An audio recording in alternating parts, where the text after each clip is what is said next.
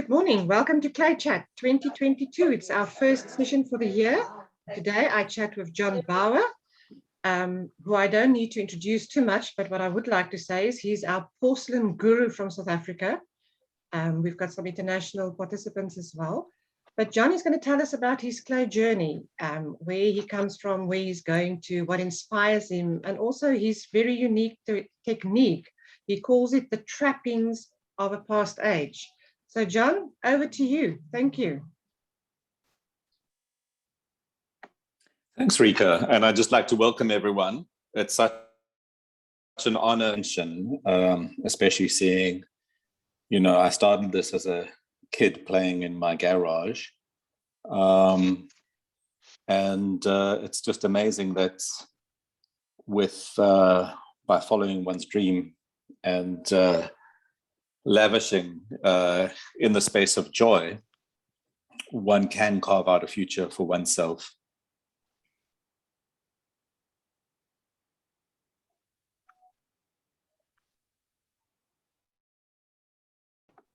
John, you can continue. Oh, I thought you had some questions. No, you can continue, please. You can tell us where, that's where you started and how did you get to make it a full-time work, hobby, love, life? Oh, how did I get it to be a full-time? Well, I'm very lucky that I'm absolutely atrocious at almost anything I turn my hand to. When I delivered pizza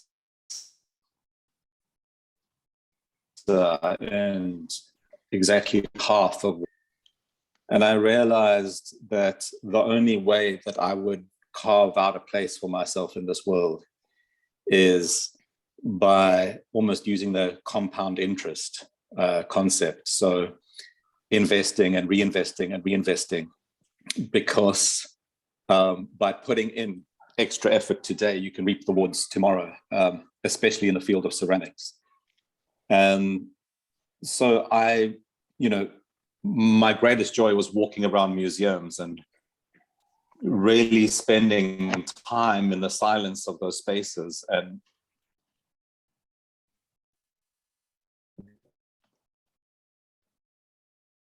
deep how they could make pieces that were so absolutely exquisite and yet they seemed so careless and so flawed. And realizing that basically my pottery classes, our culture here in the West is all about creating something magnificent where you can justify an incredibly high price. And the pieces of antiquity, they were used, they were functioning. And so I have a great love of the craftsperson's mind. And when I work like a Chinese peasant.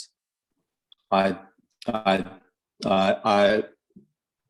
have all the things around me that I love, but I work, and I don't. For me, making pots it's such a privilege, and there's only one of me. And how many millions and billions of people are there in this world today? And so I like to think that hopefully by the time I die, at least I've made at least one piece per human on the planet. I'm sure I won't get it right, but for me, it's the romance of the notion and the beauty of it. So with what I'm doing is there's a huge amount of mimicry of the old techniques. If you look at the pieces, I'm also friends with an enormous amount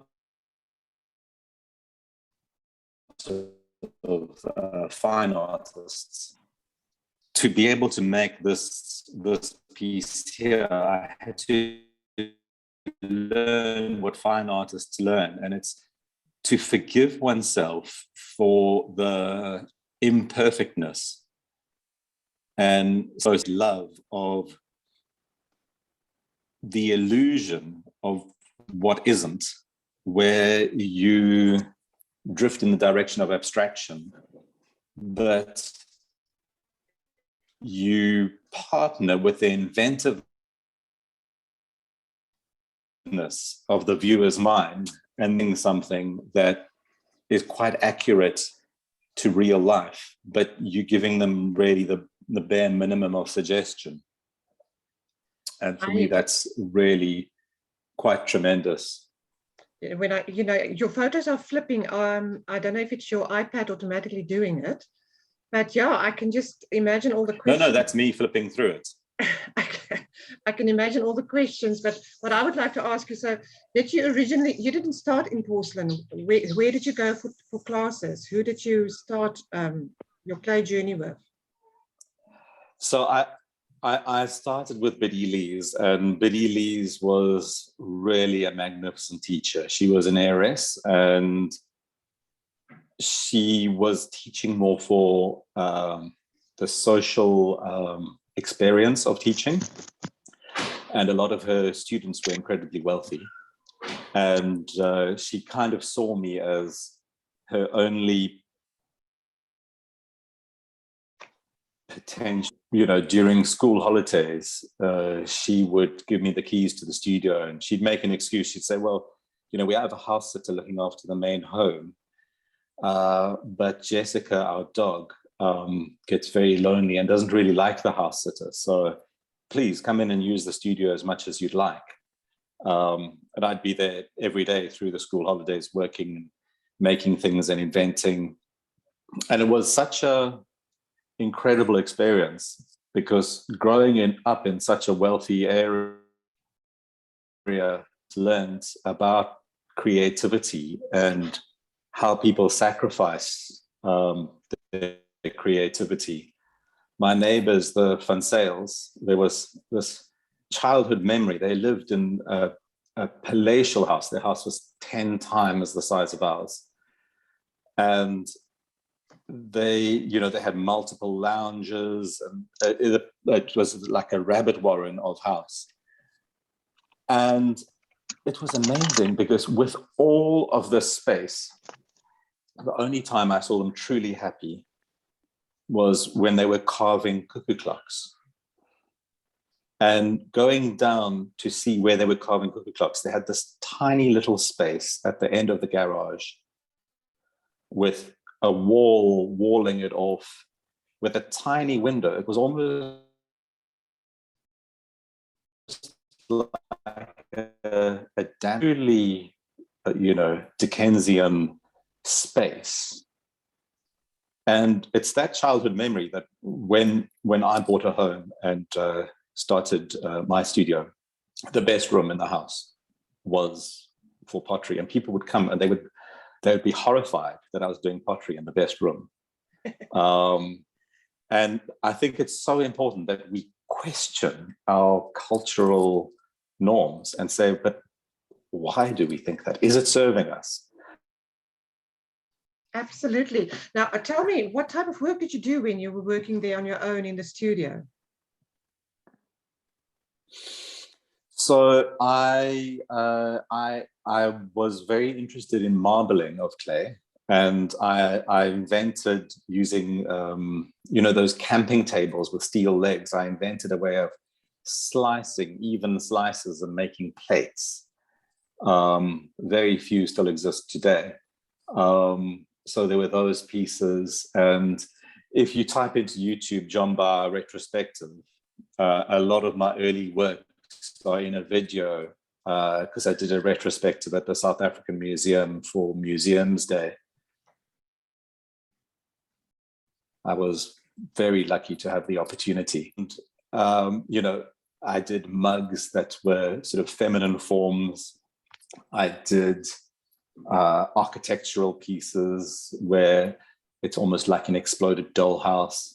I was so lucky that at the age of 12, a extramural art teacher took my father aside, and after having given me a ball of clay, said to my father, you know, he's got an incredible talent for clay, get him into a clay environment. And that was Elska Maxwell, and she was involved in teacher training. And so she obviously had seen a large number of children interacting with clay. And so just to be spotted at that age was incredibly lucky, because I had all these years of experimentation where there was no earnest on earning a living. I was just a child. I was doing very badly at school. They would always call me in and say, you know, John, your IQ is right up here. You're smarter than everyone else, and you're doing worse than everyone else. What's going on? And I looked at them thinking to myself, well, if I knew how to do better, don't you guys think I'd be doing better? Like you guys are meant to be the experts. I'm the student here. You know, you've got the degree and all. You know, you tell me how to do better. But I've always had a sense of humor about it, because people treat me and always tell me how smart I am. And my experience on a day-to-day basis is I experience the life of an idiot. There's so many things that I struggle with and can't do. And I have a unique and singular talent for being able to perform these tasks. And when I was 37, I was very lucky to go to a neuropsychologist who diagnosed and said to me that I have a skills gap. And the old-fashioned word for a skills gap is that you're an idiot savant, meaning that there are things you can't do and things that you can do so much better than others. And you know, he explained to me and he unlocked for me of my brain that are genius. I had no idea that other people can't do those things. And so, you know, when you struggle to sit and read a book, you just assume everyone else is so much smarter than you that they can do that. But he said to me, no, that I have the most powerful computational memory that ever tested, and that my working memory is beyond anything he'd ever seen, and that I lack middle-term memory and therefore would never be able to lead a normal life, because middle-term memory is what it's pretty much what other people experience as the doorway effect. When you walk into another room and you don't know why you're in the room, and I experienced the doorway effect just by moving a little to the left. And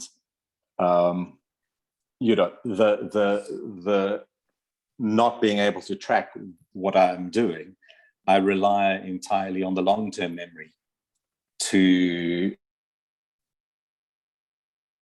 I know. So for me, I can't pick something up easily. But what I can do is, once I've got it into my long-term memory, I can perform incredible calculations to hone and perfect what I'm doing. This here I find quite fascinating.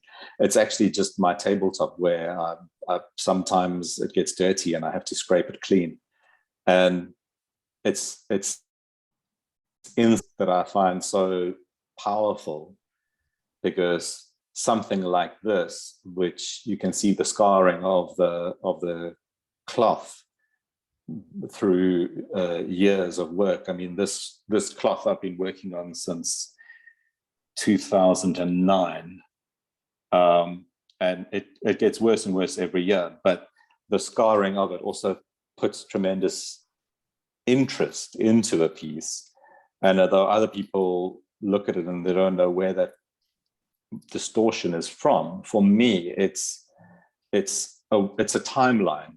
My wife would criticize me for leaving a row of apple cores around the house. And the fact is disrespect to the dustbin. It's a timeline, and it's enabling me to track where I am in the day. And it's taken her some years to realize that, there's absolutely no malice in what I do. I'm trying to structure a world around me, which enables me to function.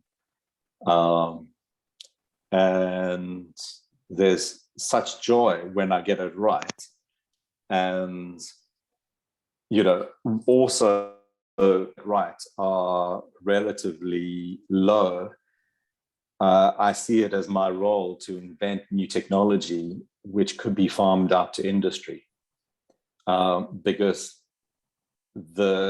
for me, my greatest gift, I think, disability gives you an enormous amount of compassion.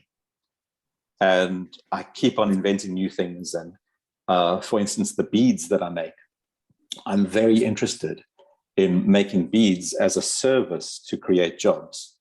And if one can create unique enough beads, one can establish South Africa as a destination point for unique crafts. These images is another story about the roundabout way I do things. So because my ceramics is so unique, I never threw anything away for 25 years. And I had this huge midden of shards. And one day I discovered the Mosaic House in Portugal and Christelle, and she is such a wonderful artist. She's also a muddled person like me. John, Johnny, sorry to interrupt you. Your screen share stopped now. Okay, let's see. Let's see. Okay, let's see. We see your face now. Okay, this meeting is being recorded. Yes, I've got it. And then, let's see. How do we do that? So I'm going to try screen share, start broadcast. This is all new to me. So this will go down in history as the moment I discovered how to do this. And who knows what will grow from these fertile soils. Wonderful that you're not ignoring technology. Oh, no, I don't ignore it. It's more, I love technology. It's more just finding somebody to explain to me how it works. There we go. So your picture now again, John. Maybe if you just want to stay on that photo and tell us about the portable mosaic project. So Christelle Griffiths, she's fantastic. She's been mosaicing her house for 20 years. And after seeing her dedication and her passion, I was so humbled that I gifted her my pile of 25 years of shards. And I invite all other potters to adopt this green attitude, because if something cracks or breaks or goes wrong and you send it to Christelle, it has another life. It gets made into something beautiful. And for me, my vision is that her house is practically a museum. People pay a door fee to come in and have a look. It's very similar to the Owl House in New Bethesda. And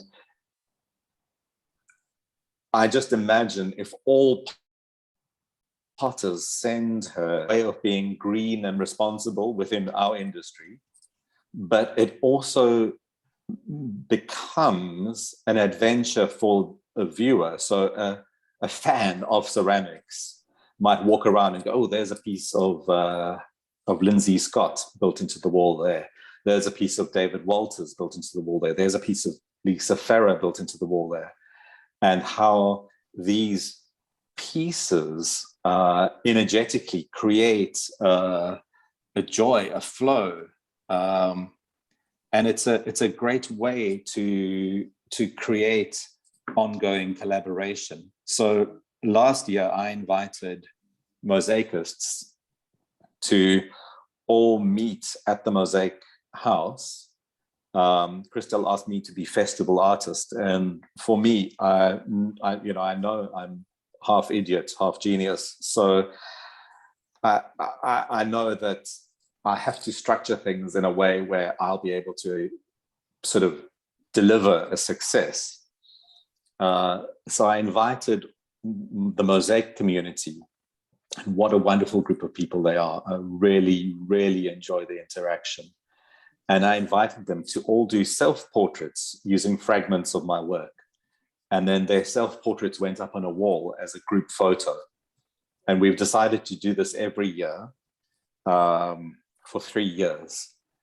And so mention this to any friends of yours who do Mosaic, because it was such a wonderful experience. And just the camaraderie, the Mosaic community, because they get big commissions with deadlines, they often have to phone all the other mosaicists and get them all to come and work together on being able to cross the finish line on time.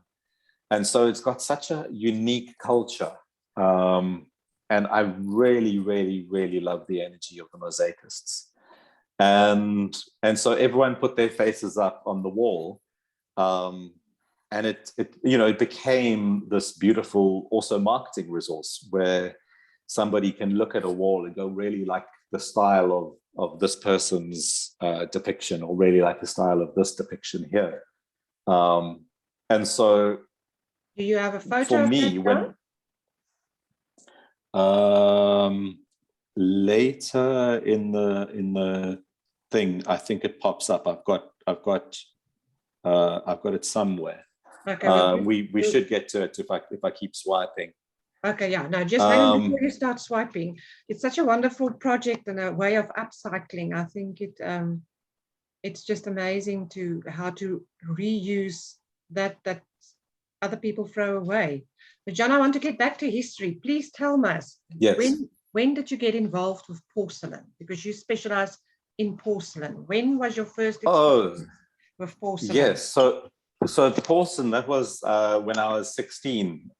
Biddy gave me porcelain, and it was great. I mean, the first award that I won was, I think I was about 17, and it was a contemporary design award. I think it was a high commendation or something like that.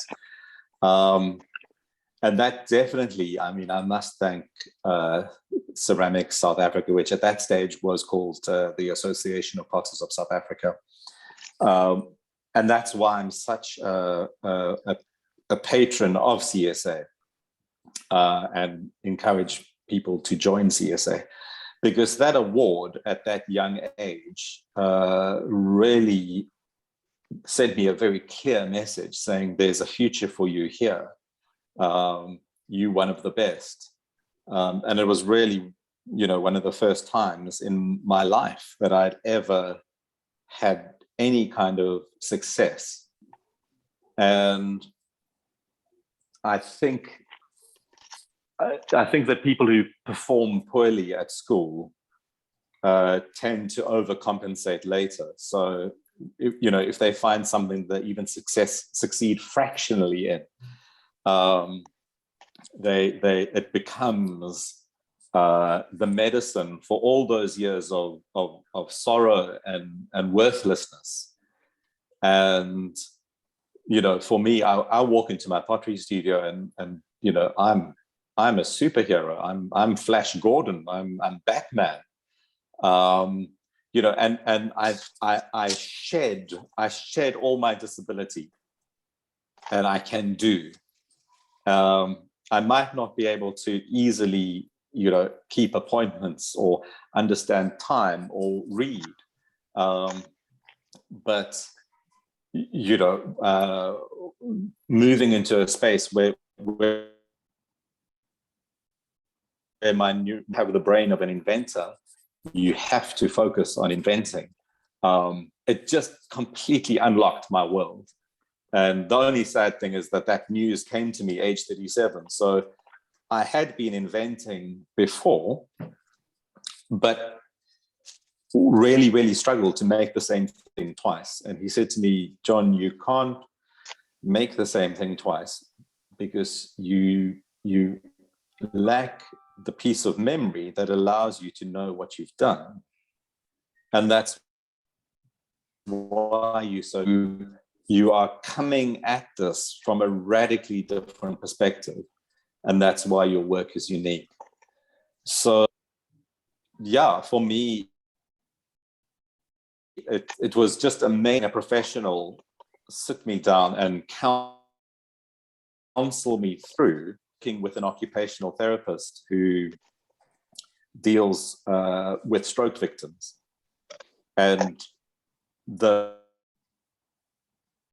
skills enabling a stroke victim to live as normal a life as possible is a very useful thing for me. All these little techniques to normal living, I find incredibly exciting. And any little piece of advice, I devour with absolute glee, because my goal is to really reach my potential as a ceramicist, and the things that are holding me back often are related to simply things I can't achieve personally.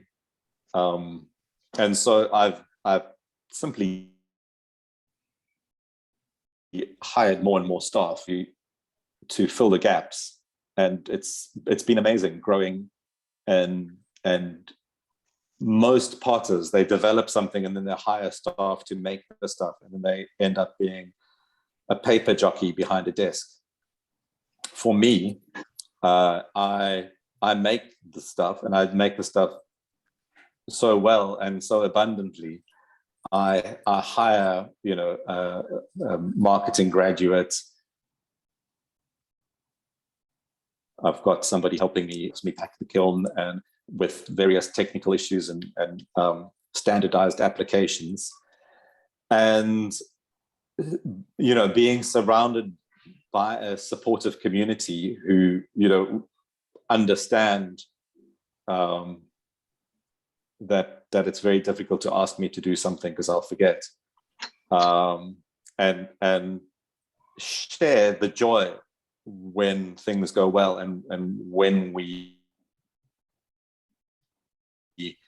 succeed. It's making the absolute best of a peculiar situation. It's wonderful that you highlight that you have to understand yourself and what makes you tick, and what do what you're good at, and let other people help you with what you don't need to do, or what is not important to you. You want to talk? Absolutely.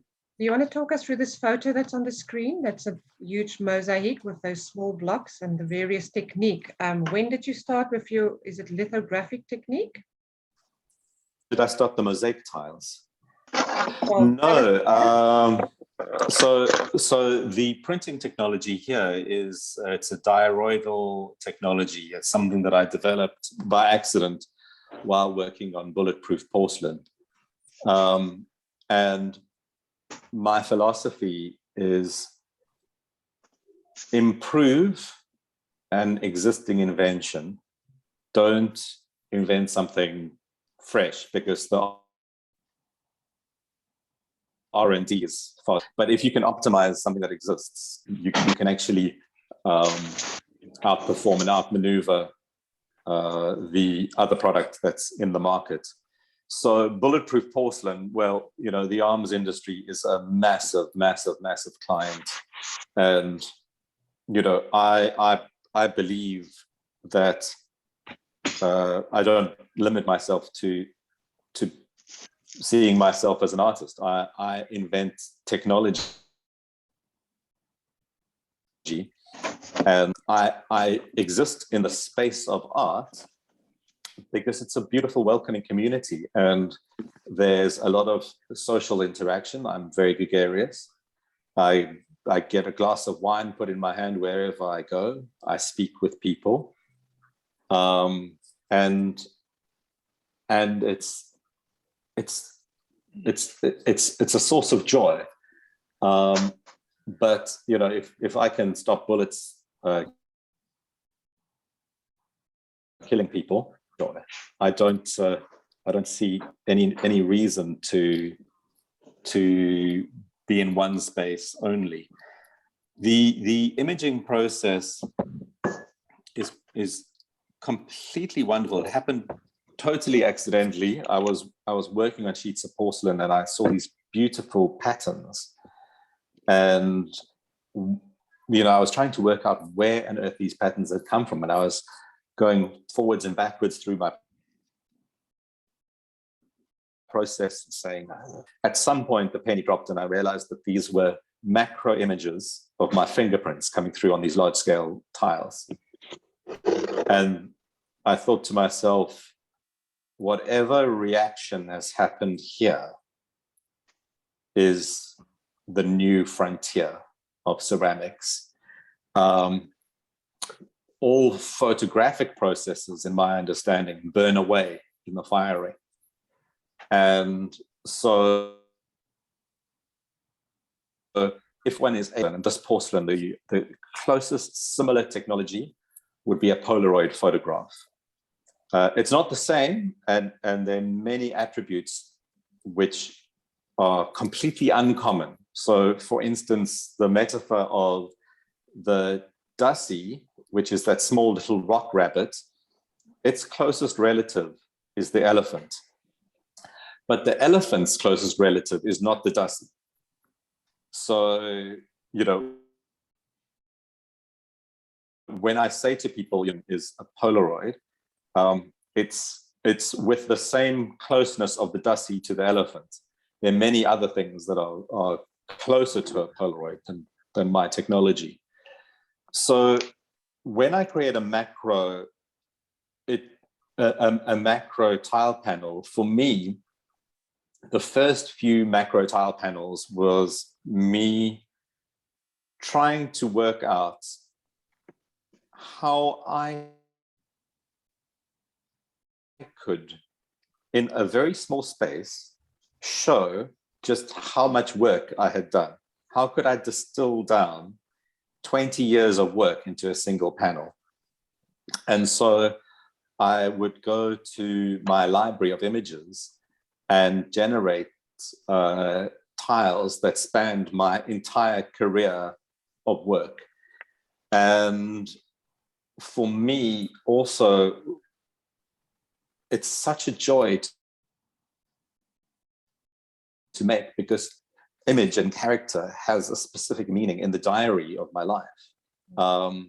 You know, I'll look at, you see the, let's see, it's 1, 2, 3, 4 across from the left bottom corner, and then 1, 2, 3, 4, 5 up. There's a face and a face, and they are nose to nose. And, you know, that piece, the original artifact was a carved ivory tiles, image of Franklin on it. And when I see that, I remember the day, I remember the positivity I felt in that day, the emotional resilience of the time where, you know, I was excited about what I was doing. And some of that excitement flows back towards me when I look at that image. And so what I'm doing is I'm creating these almost like a relic of all my favorite emotions. And so when I stand in front of it, it really pulsates with joy towards me. For people who aren't me, for people who buy it, the way I explain to them is that I like to represent an item from every culture on earth in my work. And that when you start looking at the tiles, if you were to have a guest in your home, that somebody foreign would be able to find something that they culturally identify with in the smorgasbord, to use a fantastic Swedish word, of the image. It's an amazing piece, and it's lovely to hear the motivation behind it, you know, that it's all based on photographs. So do you go about photographing, or I have seen that you've got this amazing collection of smalls and artifacts that you've collected all over the world? So what makes it is Polaroid, they threw away the darkroom.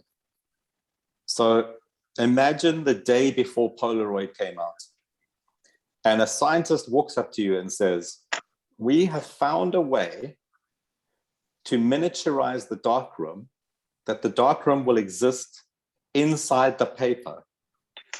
You would have said, no, you're a heretic. That cannot be. You are mad. And sent them on, shook your head and walked off and said, it's not possible. With these images, the diurnal images, I have found a way, it's the next step. I have found a way to miniaturize the camera. So the darkroom was miniaturized by Polaroid and put inside the medium. For these tiles, the camera has been miniaturized. So essentially, I am making these pieces with no.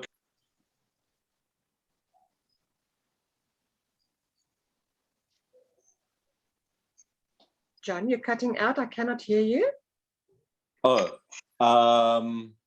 let's see. Yes, I can is hear there you any? now. I missed Okay. the last sentence. So basically what I was saying is I'm making these pieces with no camera whatsoever. Polaroid was able to miniaturize the darkroom into the medium. I have been into the medium. So the medium itself behaves like the camera. There's no hardware anymore for taking the image. There's just the software of the porcelain.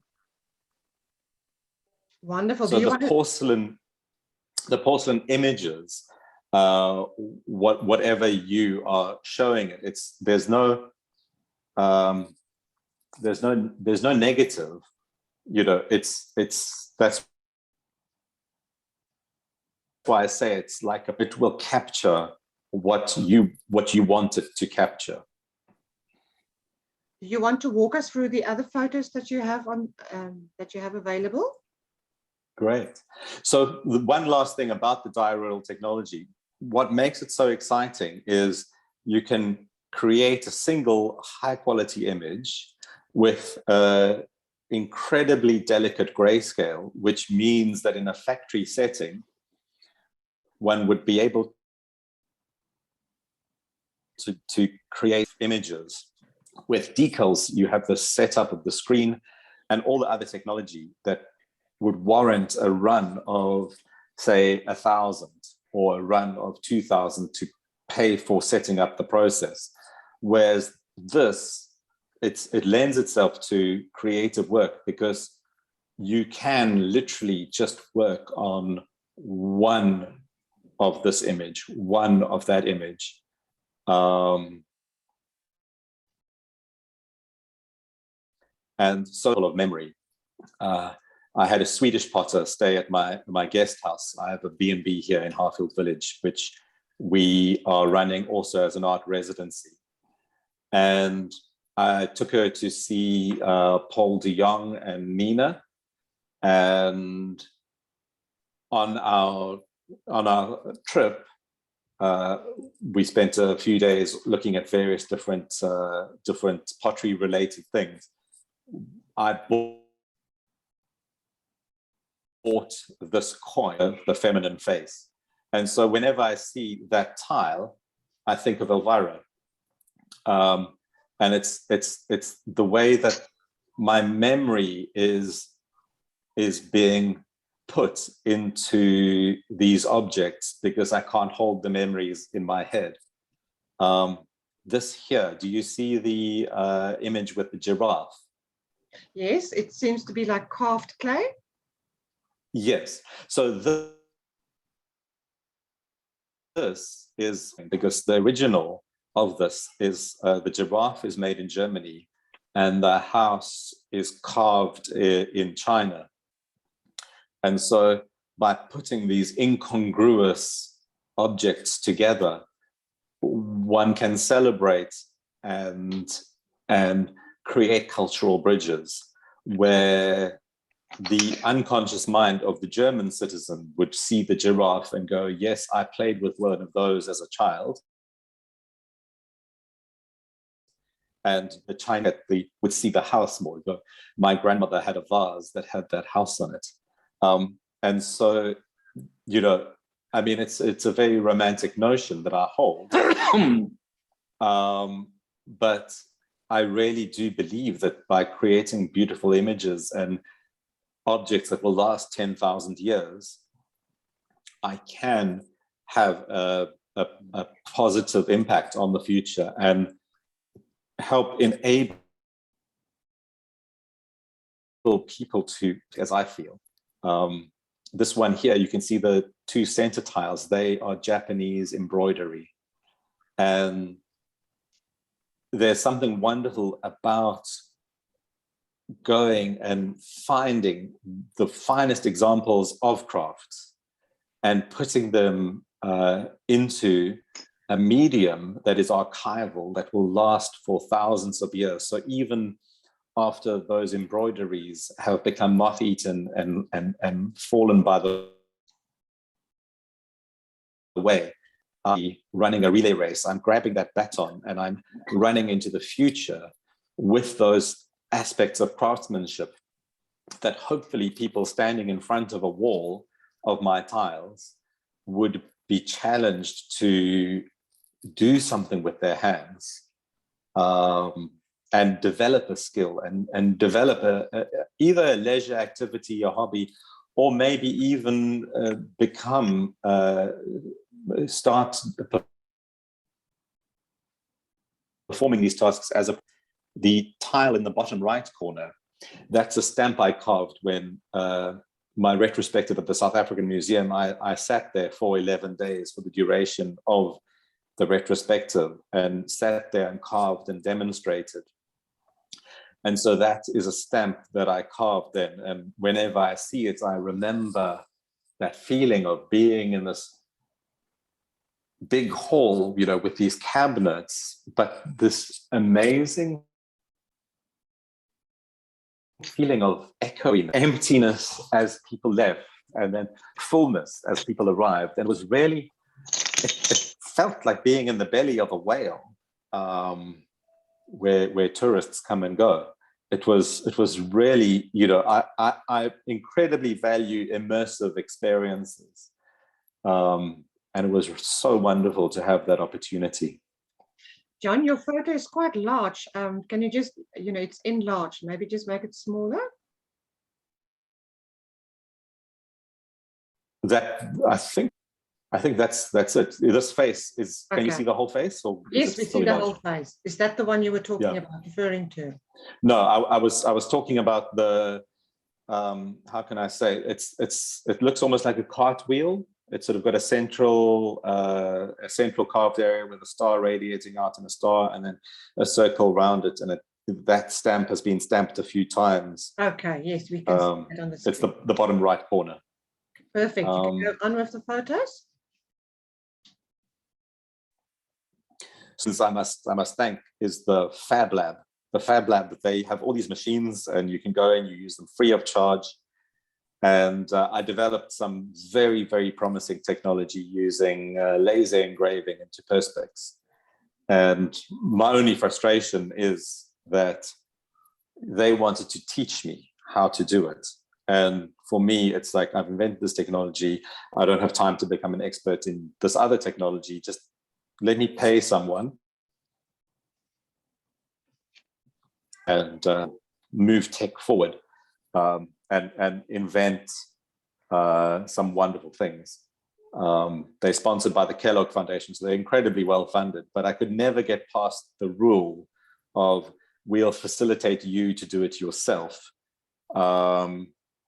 And Yeah, so essentially, I think there's a need for a Fab Lab style center, but where you can access experts, because you get to a point, you are such an expert in your own field that you're not wanting the distraction of going and acquiring skills in a completely unrelated field where you don't really have the concepts to learn in any how can I say, in any period of time that would warrant the effort. So this picture then is a 3D. But yeah, so this is a porcelain tile, but the origination of the image is a photograph that when I was 19, I did a series of self-portraits because how I looked was changing so rapidly, and I sort of changed my hair quite often and changed the color of my hair and really playing around with identity. And so I captured all of those images to use later. So this here is one of those images, and often my work I stamp with a laser engraved photo of myself. So, you know, people sign their work in different ways, but if you can stamp a photo into the sole of your bowl, you can bridge the identity, and people need to identify with you to purchase your work. So if it's just a bowl, then it could be made in a factory, and they're not going to reach out in the same way. Whereas if there's an image of a person's face on the bottom and they like the face, they're much more likely to come and become a patron. Wonderful. Can you show us some more of your other, great pictures in the bowls I saw that you had? So it's again diral imaging, but to be able to place larger scale images across multiple tiles. Very promising technology. It just the only frustration is every now and then we'll do one of these and then we'll lose the goat's head, and then 3 months later we find the goat's head and we go, oh, there it is. So as soon as maybe staff up in the zone of being able to track where those pieces are in the workshop and not lose pieces, we'll be releasing more of this kind of work. Because for me, it really, for me, creates a real sense of joy looking at this, and I think there's a fantastic future in creating more macro stuff like this. Wonderful. And some of your bowls, let's see what other pictures you've got there. Yeah, here can you see the pitted face? Yes, close up of the face, yes. So not everything works. And the wonderful thing about having a shard pile of 25 years is the things that didn't work later, as you age, you become a lot more accepting. And being made this when I was 19, I would have gone, oh, that's a terrible failure. But now I look at it and go, wow, that's actually very interesting. And can that be something that actually outshines a non-pitted piece? And when things go wrong, that's the opportunity to learn. And I fly very close to the sun. Goes wrong, and it's a real privilege being able to generate that amount of error, because I'm not working for a client. Most clients, you know, they would drop off some artifacts and they'd say, can you turn my grandmother's buttons into some interesting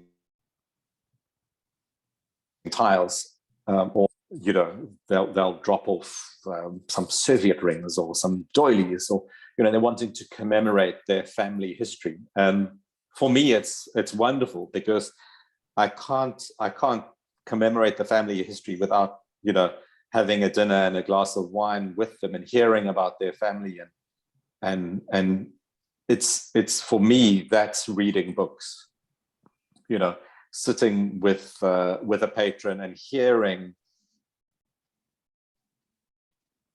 from people who have left them these objects, and hearing about the people who will be inheriting these objects in the future, and hopes and dreams, and what went right and what went wrong. And that informs my experience, because I've had a lot of turbulence in my life, and it helps me decompress from my life. This year is quite interesting. It's got an example. It's an example of, I have a very practical things. So this is when I'm recycling, every now and then I just throw the recycling in a cake icer and squeeze out some ice creams and then fire them. And it's really got such a beautifully sharp point that if you would, you know, I've got the front wall of my house protected with these, so somebody trying to climb over the wall would kind of be stabbed by meringue ice creams, and it gives me a sense of security. It gives me the feeling that I'm living in a cake, not a prison. And so, yeah, there's a tremendous joy of arriving home and seeing these bizarre ice cream sculptures all over my front wall. I think it's very awesome. Thank you. These pieces are salt fired using organic salt from stuff from the sea. And there's wonderful that happens. We'll see some more salt stuff later, so I'll move on to that later. And here you see the grayscale of the diarodal image, and I'm so excited to somehow merge this with industry. I took it to continental China, and I showed him the source material, and I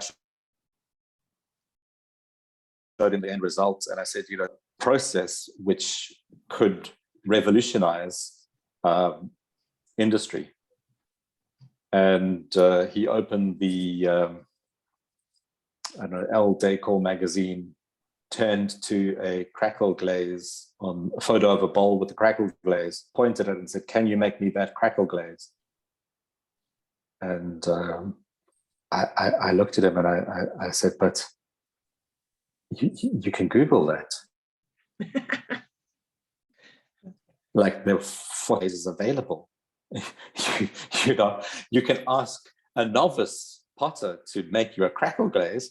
I've worked on this for 10 years. You know, this is like a amazing thing. And it was astonishing, because he wasn't able to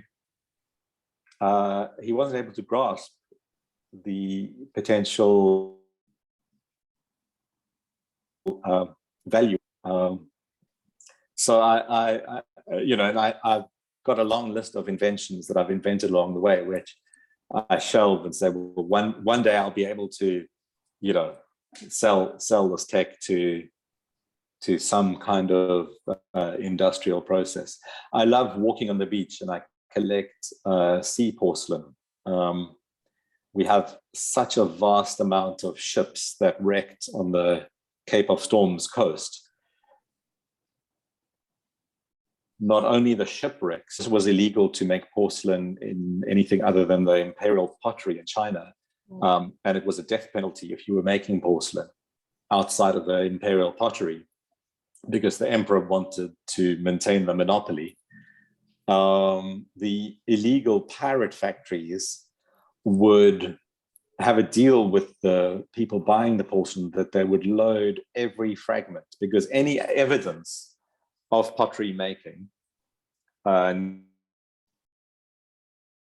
needed to be taken away. If the place was raided, they could be put to death.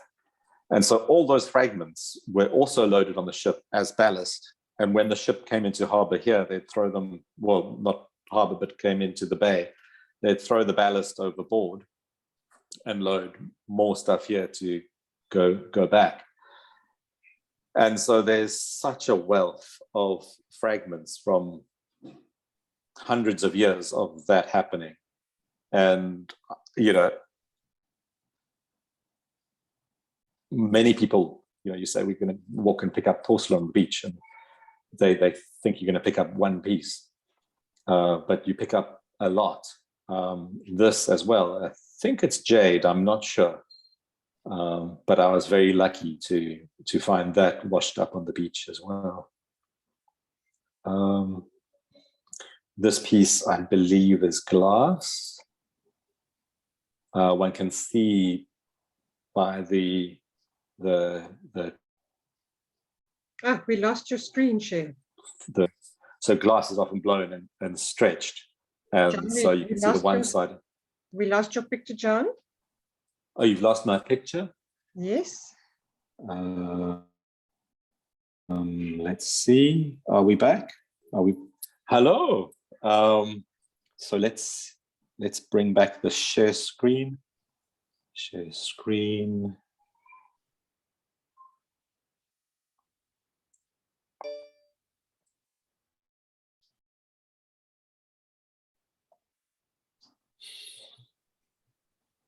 There we go. Oh, now we see your Google.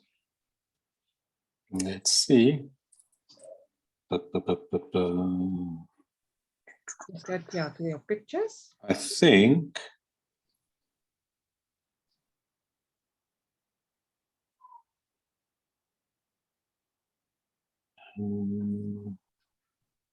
Seems that you've got a few open windows there. So let me just try typing in chatter. Yeah, here we are.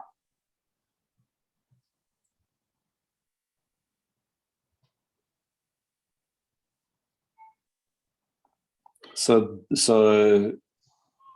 I was at that point. So the layering, the one side is a darker blue, and the other side being a lighter blue, and also the characteristic pitting. So this is a very dense glass, a very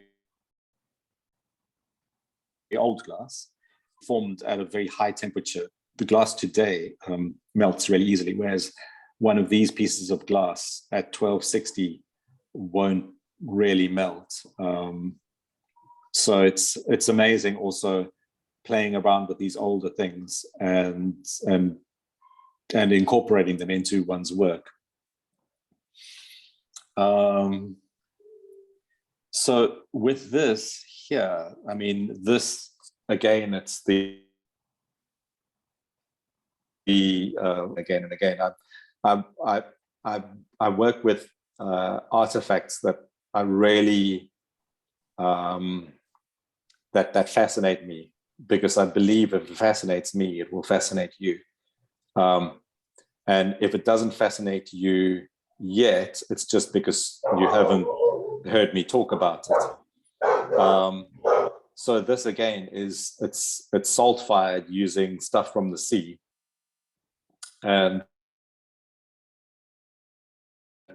I just absolutely the way that salt firing does this crazing, and the way that the alkalinity turns the blue such a rich, vivid blue. Here you see the yellowness on the face, And that's again the alkalinity, where there was contact on the piece, and it wasn't the flashing of the salt, but actually of the combusting material to the surface. This is an Indian god, Trimurti, I believe is its name. It's a three-headed god, and I just love it because it's got such a feeling of antiquity. The process of salt really being an old process gives the work such a tremendous feeling. So is working with canes. My wife's half Italian, so there's the Murano link there. And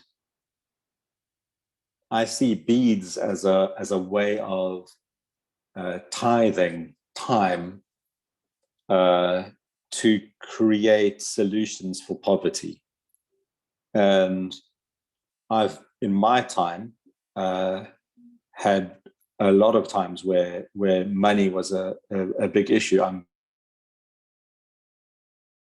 Ability of my home, but I have a lot of compassion for people who aren't sure of their way forward. And Imali Beads is a project designed to equip people to learn entrepreneurial skills. This was a project we did with the Common Ground Foundation, I think, or Common Good Foundation.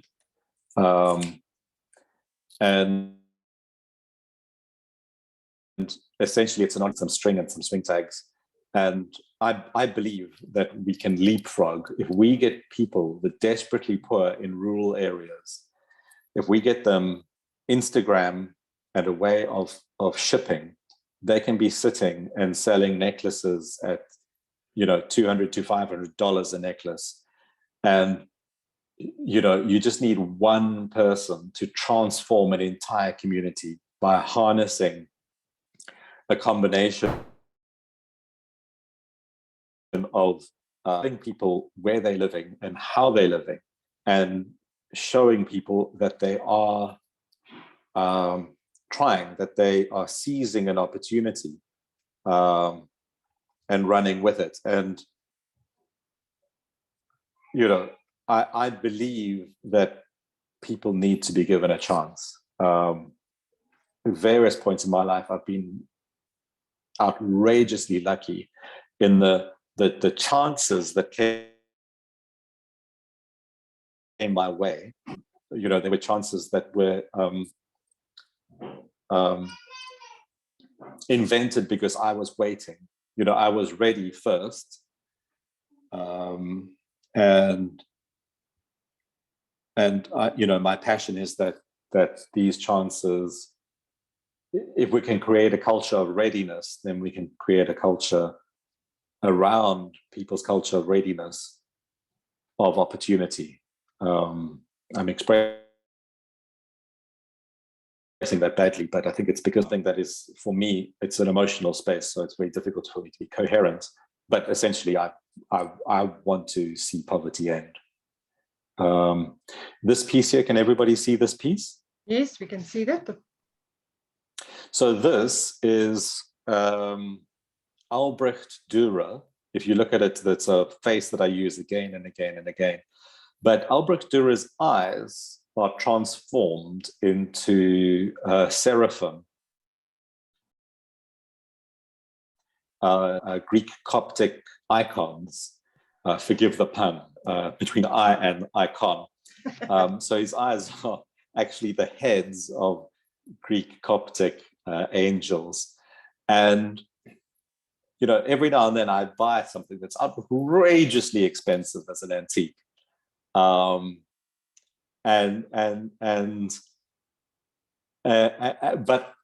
it's because the craftsmanship for me is so, and it sets my heart on fire. And I mean, it's just so incredible being able to combine two fantastic pieces of craftsmanship, the icon and the Albrecht Dürer image, and create a new image in the spirit of Salvatore Dali's hybrid images. And then the cane work, again, it's something that I'm excited to make breakthroughs. I buy a lot of machinery on auction and adapt it for ceramics. And at the moment, we in an industrial collapse. They are selling things on auction. I bought a machine that, if I were to buy it now, it would be 1.5 million to buy it. The hammer, 500 Rand. I didn't go to the auction to buy it. I was buying a fly press. And you know, you look at it and go, well, nobody's buying this. Nobody will take this. It's going to go to a scrap yard and be melted. And it's based on that social conscience where I buy the machine thinking, well, you know, I'm rescuing it from oblivion. And you know, these machines in Shintoism, everything has a soul. And when you gaze at this bead, you realize this machine has a soul, and it is visually thanking me for rescuing it. Obviously, before I bought the machine had never been used for any clay purpose. So I'm reinventing what these machines and creating new ways of working and new technologies and new techniques. And it's exciting. It's also it's also exhausting. How do I bring my face back? Because we've got to the end of the photo. There we go. Hello. There we go. So it's exciting. It's also exhausting, but there's a certain honesty in exhaustion. You've used your energy, and you might be exhausted today, but tomorrow you will be recovered, and you've made a contribution, and you've lived a life of purpose and a life of compassion, and you've lived, hopefully, I try and be the role model that and creating opportunities. And that's why we run the ceramics residency, because it's wonderful to be able to try and convey the culture of invention, because I think that's the future of ceramics. It's very interesting, and I love the idea that you're rescuing machines as well and changing them for the use of ceramics. So I think there's a huge market for that. But now, we open for questions. Anybody that would like to ask John particular questions? It's such an interesting journey. I've got plenty, but let's go. Anybody up for a question for John? Maggie, you're welcome. Go ahead. Hi, John. So lovely to Hi, Maggie. see all your beautiful work. I bought something in 2010, I think, when I came to your house with Catherine Brennan. And Yes. I'm glad I bought them. Great. I wanted to. Thank you. Oh, no, my pleasure. I wanted to ask you, you gave me, I've sat with it for like 11, 12 years now. Some of your gold decals that you drew and had silk screened. Yes. Yeah. And I've sat with them, so tempted so many times to create something that would honor you. And I was thinking, oh my goodness, they're still with me and I love them so much. The cheekiness to put them on something I've made, because I felt that could possibly be dishonest, but you were so real that day of saying extend. And when I saw you saying that you gave your shards and your broken things for the mosaics, I thought, oh, I'm going to ask you, what do you think still so long ago? Should I do it? Should I? Absolutely. And you know, it's truly wonderful. You know, and you know, that's why I'm perpetually reaching out and inviting people to share my joy, and you using the gold decals would bring me joy. Oh, thank you. It would bring me joy too. So I must think about what I'm going to do with them now, because it was, I think, 3 A3 sheets of these beautiful gold decals of your drawings. Yeah, of the angels and the houses and the moons. Yes. Yeah. And stars, lots of stars. Yeah. Well, Maggie, we look forward to what you make.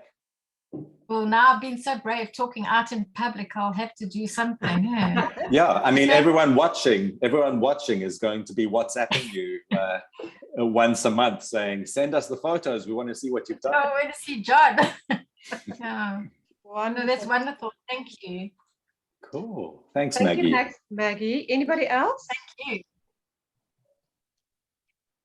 Ek sal graag wil iets vra. Stel, jy's reg, gaan voort.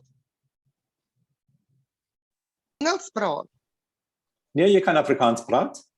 No, for the sake of the audience. For the sake of the audience, okay. English, please. Okay, I will try my best. I always say I talk Chinese English, so bear with me, please.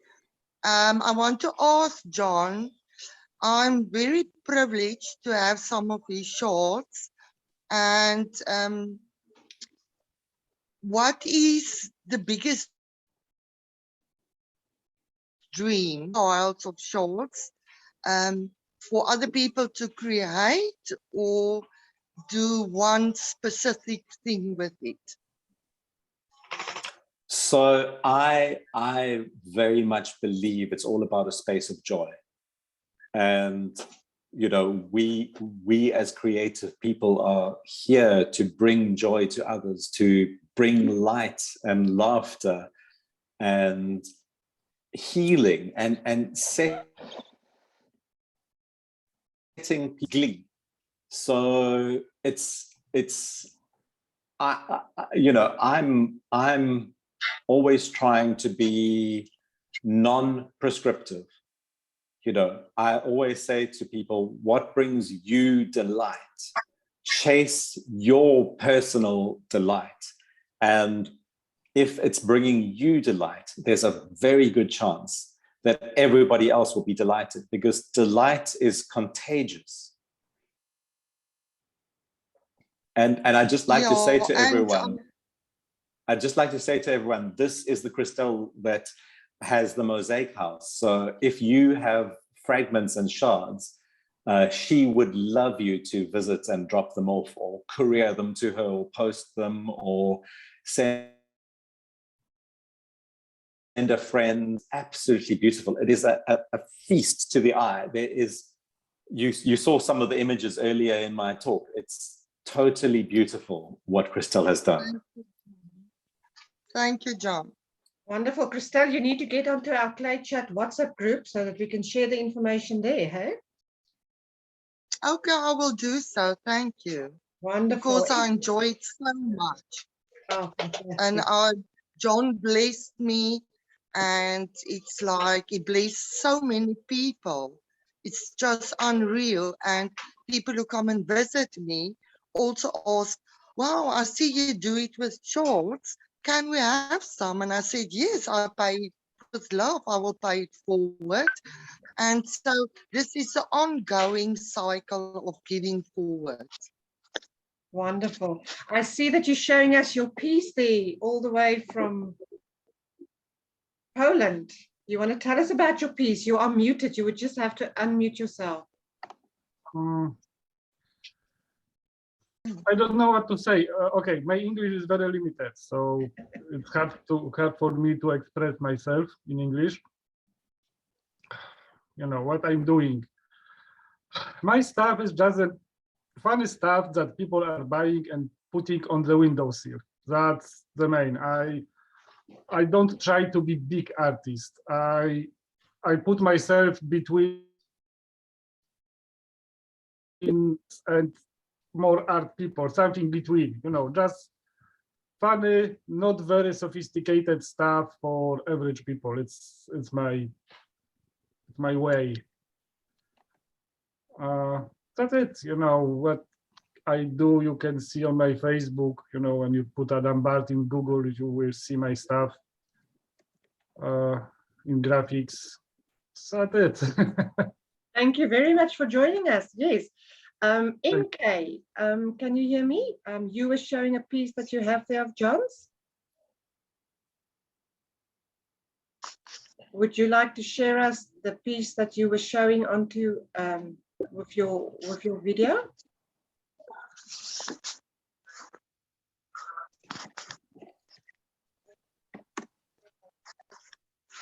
MK, yeah, there you go. You're unmuted. Do you want to show us that piece again? Hey, hi, how are you? I'm well. Mohammed, how are you? I'm good. Welcome. I'm enjoying Great to this see you. meeting. Yeah, same here. I will show you everybody now the first piece I got from you in 2008, and you know I'm a big fan of your work. Thank You see, this is your self-portrait. Oh wow! Yeah, that's from so it? many years back. Yeah, that was really at the years back. It was really at the early stages of me experimenting with printing technology. Yes. Wow, what a memory! Yes, you know, it's. I'm enjoying this meeting. I'm looking forward to visit you again in Cape Town. I'm just waiting for the COVID to be over so I can see what's new you have. And Mohammed, tell us about the gallery you're running and tell us about your joy at meeting South African ceramicists.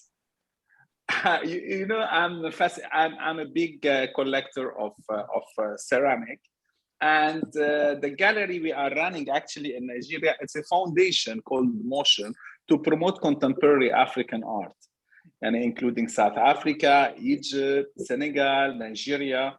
And we are based in Nigeria, and we are trying to expand more to UAE and London. So the gallery is, we just opening now a concept store inside, so to show more ceramic. We showed you a long time ago. Since we open, we have your works, but I'm conservative. You know, I have my personal collection. I do not like to release. That's why I have to visit you again. Absolutely. That's wonderful. John, will you share? So wonderful years, and then, yeah. Sorry, will you share a link to Mohammed's gallery so we can see more about his gallery as well? Oh, absolutely. But Mohammed can just share it now. Mohammed, can you share the link to your gallery or? To be frank, technology-wise, I'm zero. I will send it later to you. So, okay. So what? If you WhatsApp me the link and then I'll WhatsApp it to the ClayChat group. Wonderful. Because I mean, I was Mohammed collected my work for a number of years, and then he came on one of my Airbnb experiences, which involves a 1-hour tour of Montebello, a 1-hour pottery class, and then 1 hour for lunch. And it was just so wonderful spending time in 3 different contexts, and just you know, it's so wonderful hearing the perspective and getting into the mind of the patron. So thank you, Mohammed. You really are a magnificent person in my world. Thank you very much. Thank you for joining, Mohammed. Okay. Any other questions for John? I have a question. Cheryl will go after Cornelia, okay? John, I saw on Facebook when you were live, you do a lot of gold luster, and you were painting tiles, and you paint the whole tile with luster. And I would love to see what the outcome of that was. Will you please share that with us? Also, not Yeah, the trick with this is for me, I look at it and most of ceramics is involving painting 3 coats, so you get a flat, dead color. And the trick with that luster work is I throw a solvent in it and I paint the whole tile, but because the tile has a texture, it pools. And so on the high points, it's purple, and on the low points, it's gold. And I did the palace tiles for the longest hotel palace complex in the world. It was in the Empty Quarter in UAE. And I developed that style of lustering when doing that job. It was a fantastic company called, I think it was Robert Sherwood Interiors. And so any of you looking for opportunities, it's very good to these interior companies. What happens is they get a big job every 10 years. So it's important to reach out, send them some photos and say, hey, I'd love to be on your books. This is what I do. And you might not hear anything from them for 7 years. And you've got to have the confidence to just keep doing what you're doing. And at some point, the phone rings and somebody says, there's this mega project, we need you. Like, for instance, Oka in the city here, they called me up and they said, can you do this for us? And I said, wow, that's crazy. I haven't heard from you in years. Why are you calling me now? And they said it was sort of after one of these financial collapses. And they said, because everybody else has gone bankrupt. So, it's a waiting game. And thee who can tread water that lasts. So, pottery can be a situation of feast or famine. And it's really important that we strategize. In the fine art world, you get included in things strategically. And I'm still scratching my head. Why aren't potters adopting this behavior in their community? So, yeah. Lots of work. I was also very impressed by that huge pool of gold luster that you had there. So I was like, gee, that's awesome. How did you get such a lot of luster in one place? But it might be the mixture that you make, or no, it's because I'm diluting it. Okay, with what? So on that day, I was diluting with benzene. Okay. And it worked fantastically. I did blue luster with benzene, and it turned it into a marshmallow. So I don't know what went wrong. Carol, you wanted to ask John a question. Would you like to go ahead? Yes, thanks. I'd just quickly like to start by saying I was fortunate enough to visit Christelle's mind-blowing mosaic house in 2019 and meet her, and I think it might be time for another visit to see how it's advanced with all the ceramic shards. But I wanted to say I studied photography way back when I just finished school, so I'm fascinated by your printing Thyroidal process. images. Yeah. Yes, could you go into that a little more, or is it way too complex to So sort of what now? I find quite interesting about the process is obviously there's certain things which work better, and it's with pinhole photography you can take a photo and everything is clear. Mm-hmm. And then when lens photography was introduced, suddenly you had a depth of field, and so you could get something sharp here but not there. And this imaging process, what's incredible about it is it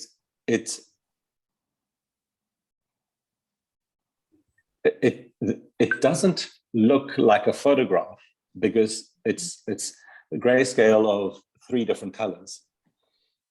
But what excites me is that when you walk up to it, you are expecting to be able to touch it, and that it would be sort of standing out from the wall by about 5 centimeters. The visual appearance,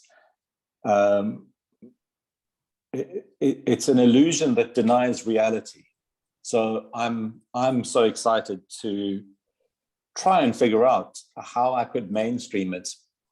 Obviously, mainstreaming it would involve, selling the secret to a factory. And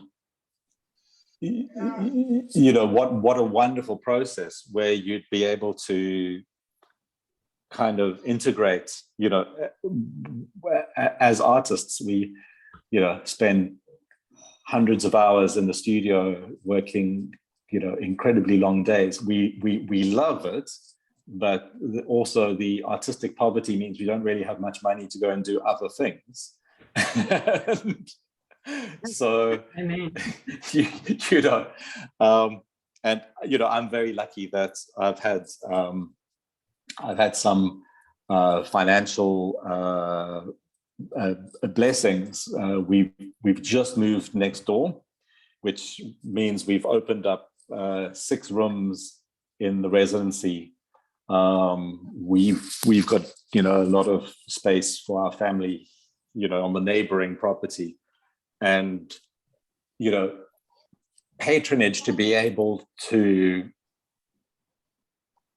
create those opportunities is so incredibly important. My studio at Montebello Design Center, firstly, Montebello Design Center, the whole center was a donation. So that enabled and facilitated design. Then thereafter, the studio that I'm in, there's a grant that runs to allow me to pay a lower than market rate rental. And so I've been through the process of, on the receiving end of various patronages and grants. And, I can see in photos of my work that the more inputs that I'm receiving, the more resources that I'm receiving, the more I'm able to invent and the more I'm able to make breakthroughs. And so it's wonderful being at that space now where I'm able to resources and create opportunities. We have I think in April, we have a Canadian potter flying in for 6 weeks. And learning, I'm at the early stages of learning how to really help and develop together with ceramicists in their process. So in a few years' time, I'll be an expert in it. But it's truly wonderful being in a space where there is more freedom enabling processes. Beautiful. I think, John, what we'll do is I'm going to stop the recording. Thank you for your time. Thank you for your input. It would be lovely if you can share us some more of your photos. Perhaps as a last, before we close off, what are you currently busy with? What's on your table that you're working on? So for me, I have a passion for creating jobs. And, I've been scratching my head saying, how do I create jobs? How do I create opportunity? And so my vision is to tile 7 buildings in the Cape Town city. So we've started tiling 111 Loop Street, and all of the tiles are matchbox sized tiles. I'm looking for somebody who's able to lay tiles in the way where, using some kind of app, where it would form a face, or where it would form I don't know, a bird or a tree. And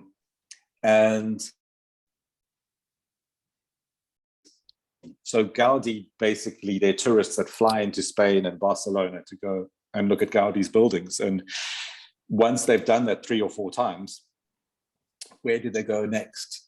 And my feeling is we want to draw them to Cape Town to come and see the tiles here. And every tourist that comes in, I think, creates 3 jobs.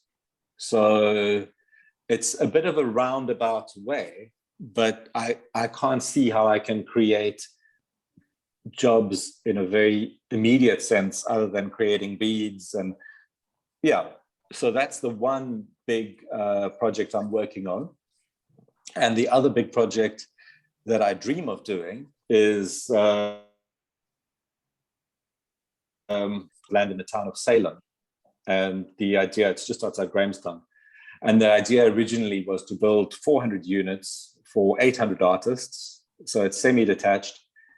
And the concept was I've got the architect drew up the plans. So it was 3 arches. Upstairs was the living of each artist. Downstairs was the studios. And then the street front would be where tourists walk around and window shop. So tourists wouldn't actually come. The whole suburb would be a window shopping suburb with a B&B room. So the 400 units would mean that they each would have 1 B&B room. So the idea would be that one would have a team of admin people Googling gallerists from around the world, saying, if you're a galleryist, you get to stay free of charge. And so the gallerists fly in, they stay free of charge, they walk around, they go and they game drive, they have a look at warthogs and rhinos, those kinds of things. So that's the vision. It's wonderful. I love it that you're dreaming big. For ceramicists. Yeah, Awesome. I've not been able to realize that vision. I lack a certain amount of the admin skills. So if there are people listening to this who want to throw some ideas around of how to get something going, the land in Salem is sitting there. I've also got a series of plots in Bathurst as well, which I bought more for myself. But since I've become, I look at them and go, well, I'm spending time with my family here. I don't have time to, be in 2 places. So, but probably what I will do in my own capacity is try and build a series of studios in the Cape region, probably the Deep South, Fisher, Kommetjie, Scarborough, because my wife likes that area so much. And so once we've got a proof of concept, the art residency here, then we'll expand and open up hopefully a residency in the Deep South. So yeah, I mean, I'm lucky that I've been through enough of the economic cycles going up and down, and every time as I improve my work, I seem to manage to get a higher level of patronage. And people who in the past bought small pieces, now that I'm doing quite large pieces, small pieces, they every now and then go, oh, actually, yeah, I actually like one of those for my home. And it's quite exciting because it's a brave new world. It's a new frontier within what I'm doing, and I'm very excited about that space, and also the space where people commission me with their own artifacts. Wonderful. Now, John, thank you very much for an exciting talk. I'm going to stop the recording now.